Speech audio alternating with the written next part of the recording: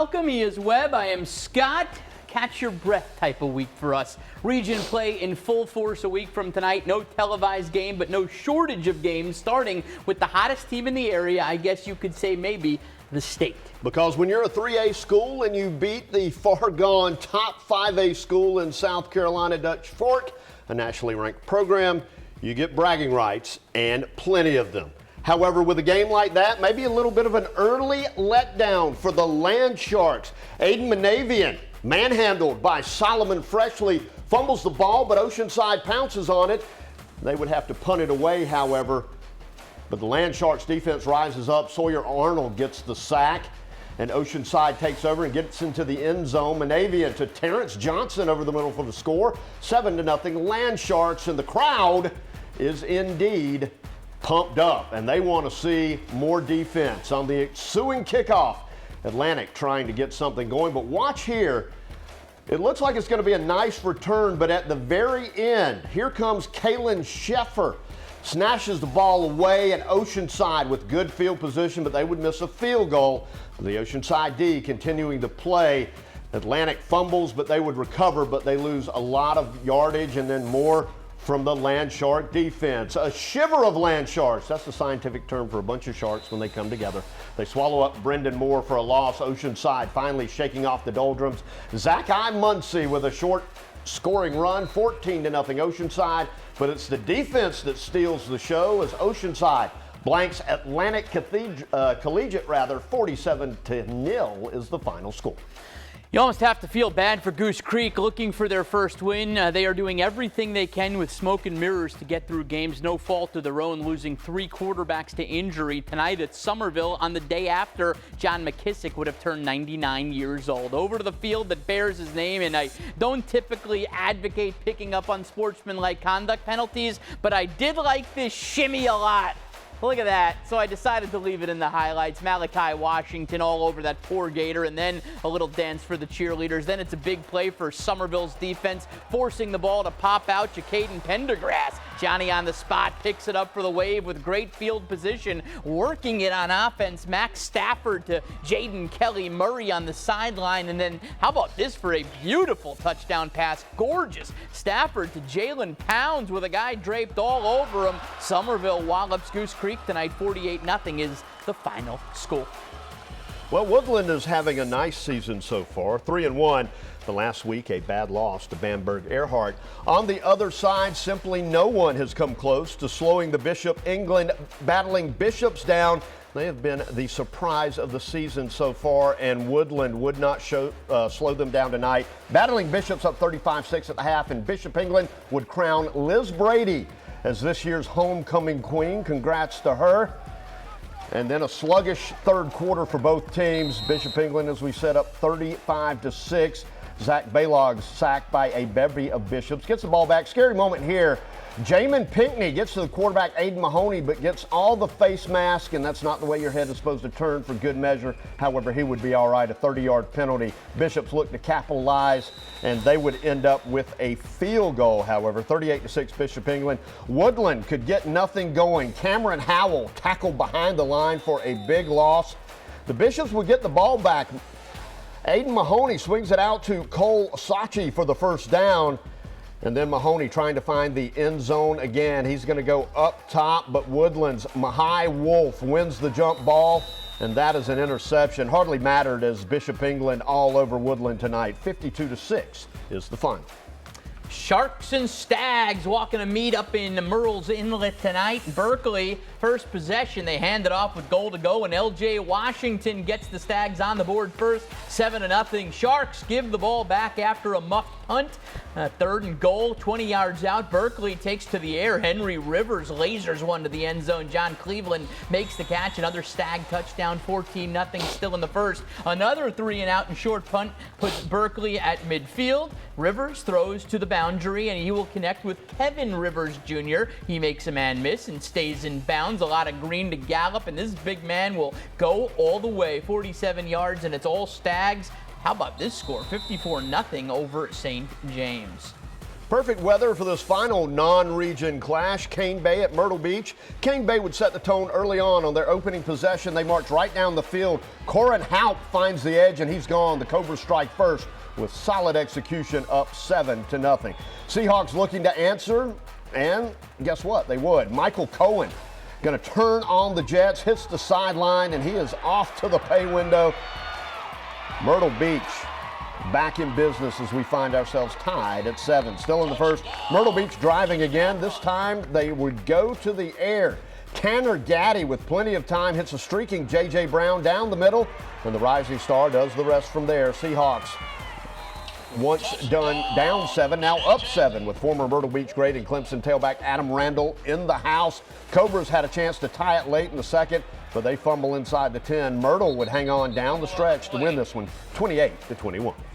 All right, over to Fort Dorchester. Really tough test down from the Midlands tonight. White Knoll comes to town to face Sean Lorenzano and the Patriots, and it does not start well or end well for Fort Dorchester. First drive for the Timberwolves. Tyon Fanning jet sweep goes 21 yards into Fort Dorchester's red zone, sets up a field goal from Braden Briscoe. It is good. It is 3-0 White Knoll on top. Patriots get it on offense. It does start well. Kyrome Durant takes the screen pass 20 yards for the first down, but the drive stalls out, and White Knoll would take over at the 7-yard line. Not a problem for Caleb Geronimi because he takes off. Look at him roll and go. 93 yards. That's one heck of a run. White Knoll all over Fort Dorchester in this one. 40-0 is the final score from Bagwell Stadium.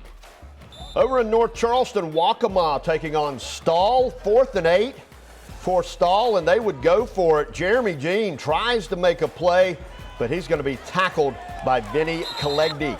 Waccamaw possession. Quarterback Andre Great keeps it and sprints down the sideline before being pushed out of bounds for the first down.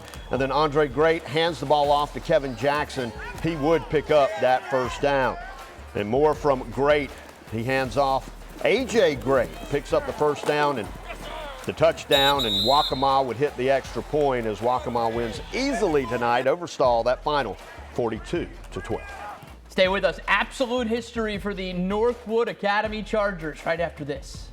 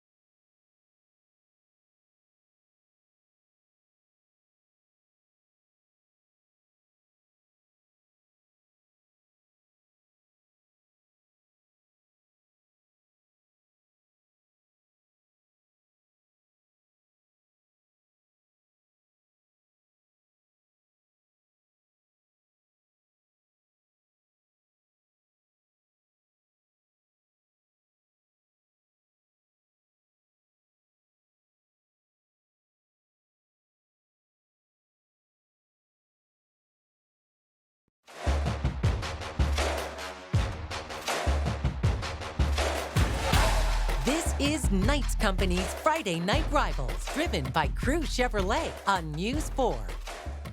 Welcome back. Johnny Waters says it, and he is right. The Hammond Skyhawks are the standard bearer for Skeeza football in this state. His team is right behind them, though. Number 1 versus number 2 in Skeeza ball. Waters tests his team out of region, out of state for nights like this. Northwood with elite talent.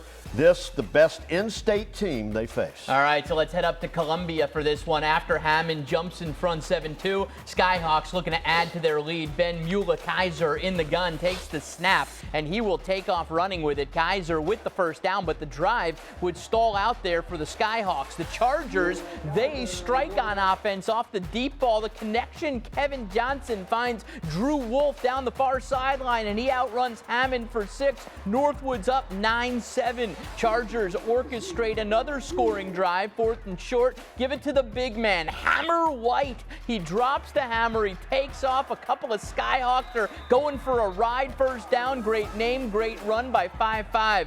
4 plays later, Johnson rolls to the right, looking and finding Aiden Hogan for a touchdown. Northwood Academy takes a 16-7 lead, and Northwood Academy in the rain beats Hammond 23-10. They snap Hammond's 28-game win streak. One of the coolest things, Johnny Waters' relationships with his former players tomorrow morning. First thing, he leaves for Boulder, Colorado. He'll see his former players, Sincere Brown, play for Colorado against BYU. That's a heck of an emotional high to go on. We chatted just a moment ago. Doing good, man. We're doing good. We're doing real good. Do you believe you just knocked off Hammond at their place? At their place, yeah. 23-10. We left a couple on too, man. You know what? It was one of those games, Scotty. One of those games. You know, it was an ugly game. It just battled. This is a hard fought battle back and forth. What does it say about your guys' resolve to win it? Well, you know what? They really, literally, they were confident and they were hungry. And even at halftime, we were up at halftime. What score at halftime, guys? 16-10 at halftime, and they were nothing more than saying, "Hey, we got to finish this thing off." Meanwhile, Porter Gown visiting Heathwood. Patrick Belk starts us off, airing it out to Jackson Noble. That's good for 6. Heathwood leads 7-0 in the first quarter. And Noble is what you call a playmaker. We are still in the first quarter, and Belk is going to launch it once again. Noble has to come back to it, and does.